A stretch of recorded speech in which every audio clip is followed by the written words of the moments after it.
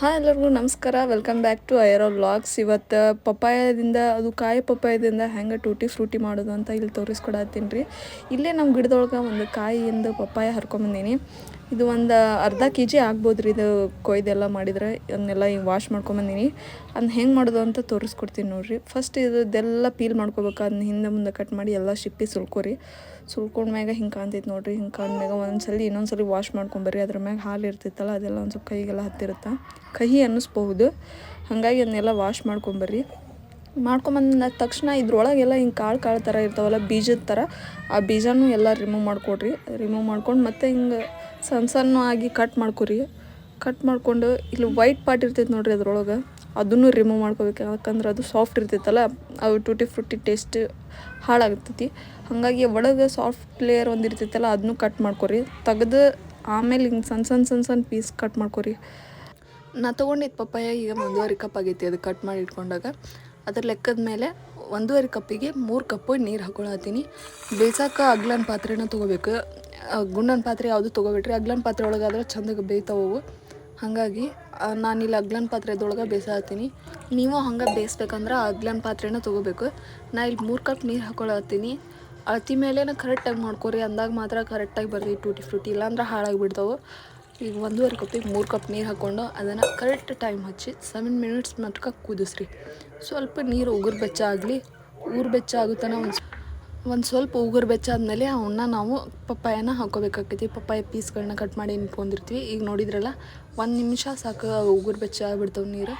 ಅವಾಗ ನಾವು ಇದನ್ನು ಏನು ಹೆಚ್ಚಿಟ್ಕೊಂಡಿರ್ತೀವಿ ನೋಡಿರಿ, ಪಪ್ಪಾಯನ ಹಾಕಬೇಕು.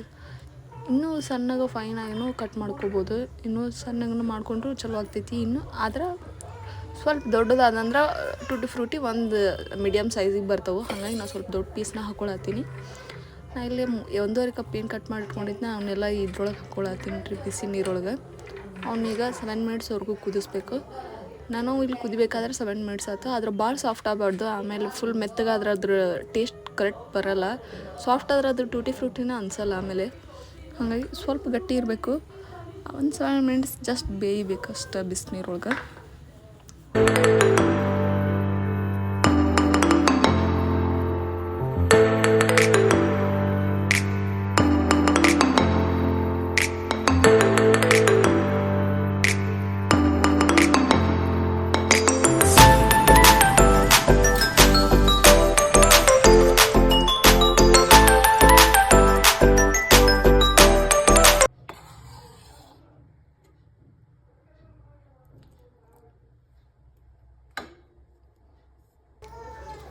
ಕುದಿಯೋಕೆ ಸ್ಟಾರ್ಟ್ ಆದ ತಕ್ಷಣ ಅದನ್ನು ಲಿಡ್ ಕ್ಲೋಸ್ ಮಾಡಿ ಒಂದು 7 ಮಿನಿಟ್ಸ್ ಬಿಟ್ಬಿಡ್ರಿ. ನಾನೀಗ 7 ಮಿನಿಟ್ಸ್ ಆದಮೇಲೆ ನಿಮ್ಗೆ ಹೆಂಗೆ ಕಾಣತ್ತೈತೆ ಅಂತ ತೋರ್ಸಾತೀನಿ. 7 ಮಿನಿಟ್ಸ್ ಆಯಿತು. ನೋಡತ್ತಿರಲ್ಲ, ಸ್ವಲ್ಪ ಟ್ರಾನ್ಸ್ಪರೆಂಟ್ ಆಗ್ಯಾವಲ್ಲ, ಆ ಥರ ಆದರೆ ಸಾಕು. ಭಾಳ ಮೆತ್ತಗೆ ಆಗಬಾರ್ದವು, ಮೆತ್ತಗೆ ಆಗಲೇಬಾರ್ದು, ಸ್ವಲ್ಪ ಬೇಯ್ದಿರ್ಬೇಕಷ್ಟೆ. ಈಗ ನಾನು 7 ಮಿನಿಟ್ಸ್ ಆದಮೇಲೆ ತೆಗಿಯತ್ತೀನಿ. ಅವು ಹೆಂಗೆ ಕಾಣತ್ತವೆ ನೋಡಿರಿ, ಸಾಫ್ಟಾಗಿ ಆಗಿರ್ತವೆ. ಆಮೇಲೆ ಕ್ಲಿಯರ್ ಟ್ರಾನ್ಸ್ಪರೆಂಟ್ ಕಾಣ್ತಿರ್ತೈತೆ ಪಪ್ಪಾಯ ಪೀಸ್ಗಳೆಲ್ಲ, ಅಂದ್ರೆ ಅವು ಪರ್ಫೆಕ್ಟ್ ಕುದ್ದಾವಂತ ಅರ್ಥ. ಇಷ್ಟಾದಮೇಲೆ ಅವ್ನು ತೆಗೆದು ಈಗ ನೆಕ್ಸ್ಟ್ ಅದಕ್ಕೆ ಪಾಕ ಹೆಂಗೆ ಮಾಡೋದು ಅಂತ ನೋಡೋಣ ಬರ್ರಿ.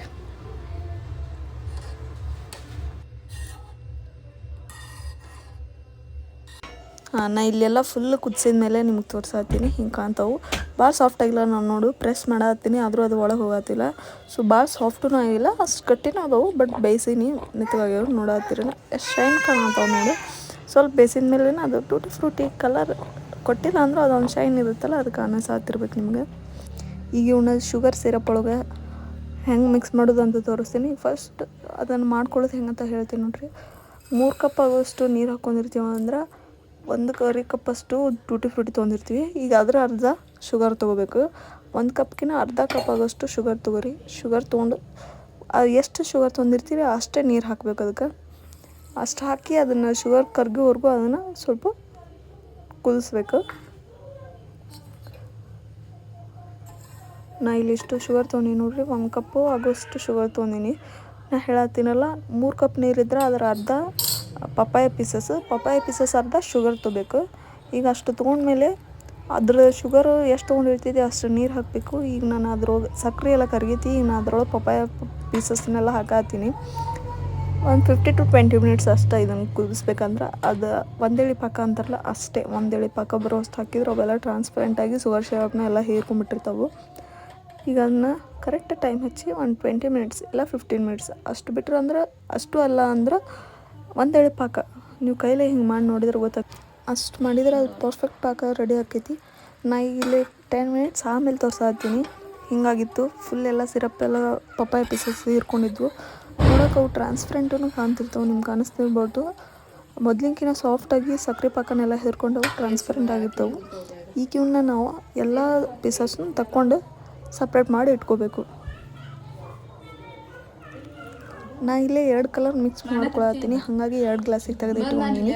ನೀವು ಎಷ್ಟು ಕಲರ್ ಮಿಕ್ಸ್ ಮಾಡ್ಕೊಬೇಕಂತೀರಿ ಅಷ್ಟು ಕಪ್ಗಳನ್ನ ಬೇರೆ ಬೇರೆ ಮಾಡಿ ಇಟ್ಕೋಬೇಕು, ಬೇರೆ ಬೇರೆ ಹಾಕಿ ಇಟ್ಕೋಬೇಕು. ಆಮೇಲೆ ಆ ಕಪ್ಪೊಳಗೆ ಕಲರ್ ಹಾಕಿ ಮಿಕ್ಸ್ ಮಾಡ್ಕೋಬೇಕು. ಸಪೋಸ್ ನಿಮಗೆ ಕಲರ್ ಎಲ್ಲ ಇಷ್ಟ ಆಗಲ್ಲ, ಫುಡ್ ಕಲರ್ ಎಲ್ಲ ಬೇಡ ಅನ್ನೋರು ಇದ್ರಂದ್ರೆ ಹಂಗೆ ತಿನ್ಬೋದು, ಅವು ಹಂಗೆ ಟೇಸ್ಟಿಯಾಗಿನೂ ಇರ್ತವೆ.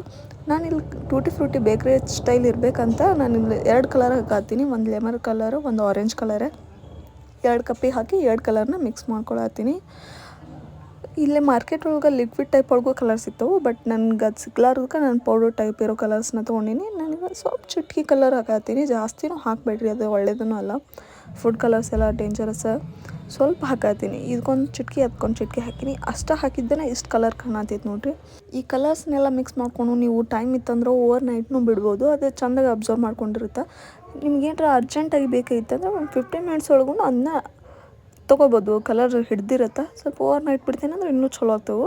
ಒಬ್ಬೊಬ್ಬರೆಲ್ಲ ಬಿಸ್ಲಿಗೆ ಹಾಕ್ತಾರೆ, ಬಿಸ್ಲಿಗೆ ಹಾಕಿದ್ರೆ ಫುಲ್ ಡ್ರೈ ಆಗಿಬಿಡ್ತೈತಿ, ಹಾಗಾಗಿ ಬಿಸ್ಲಿಗೆ ಹಾಕ್ಬಿಟ್ರಿ. ಇಷ್ಟ ಟಿಶ್ಯೂಲೆ ಮಾಡಿದ್ರು ಕಲರ್ ಎಲ್ಲ ಅಬ್ಸರ್ವ್ ಆಗಿ ಚಲೋ ಆಗಿರ್ತವೆ. ನಾ ಎಲ್ಲ ಫುಲ್ ರೆಡಿ ಅಂದಮೇಲೆ ನಿಮ್ಗೆ ತೋರ್ಸಾತೀನಿ. 15 ನಿಮಿಷ ಬಿಟ್ಟರೆ ಇಷ್ಟು ಚಲೋ ಆಗಿರ್ತವೆ. ನಾ ಮಾಡಿರೋ ಟೂಟಿ ಫ್ರೂಟಿ ನಿಮಗೆ ಇಷ್ಟ ಆದರೆ ಲೈಕ್ ಮಾಡಿ, ಶೇರ್ ಮಾಡಿ, ನಮ್ಮ ಚಾನಲ್ನ ಸಬ್ಸ್ಕ್ರೈಬ್ ಮಾಡಿರಿ. Thank you for watching.